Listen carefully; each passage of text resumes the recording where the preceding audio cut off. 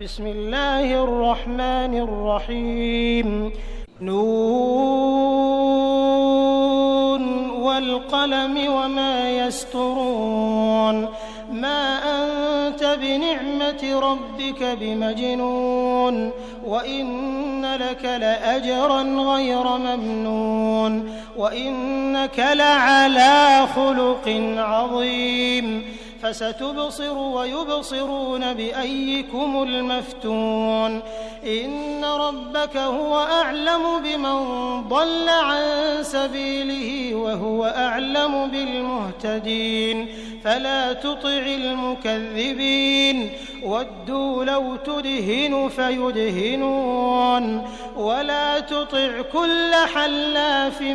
مهين هماز مشاء بنميم مناع للخير معتد أثيم عتل بعد ذلك زنيم أن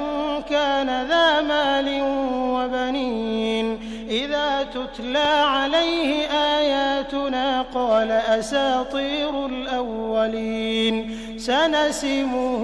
على الخرطوم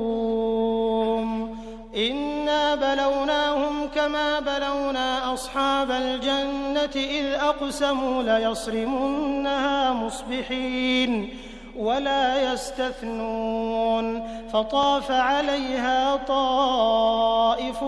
من ربك وهم نائمون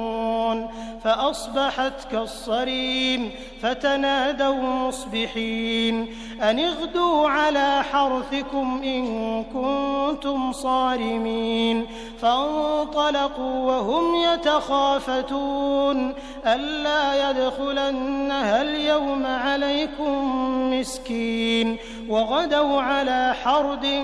قادرين فلما رأوها قالوا إنا لضالون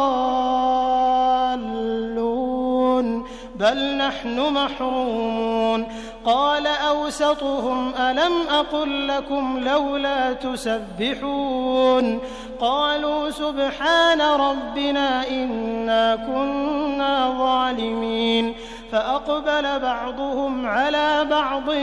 يتلاومون قالوا يا ويلنا إنا كنا طاغين عسى ربنا أن يبدلنا خيرا منها إنا إلى ربنا راغبون كذلك العذاب ولعذاب الآخرة أكبر لو كانوا يعلمون إن للمتقين عند ربهم جنات النعيم أفنجعل المسلمين كالمجرمين ما لكم كيف تحكمون أم لكم كتاب فيه تدرسون إن لكم فيه لما تخيرون أم لكم أيمان علينا بالغة إلى يوم القيامة إن لكم لما تحكمون سلهم أيهم بذلك زعيم أم لهم شركاء فليأتوا بشركائهم إن كانوا صادقين يوم يكشف عن ساق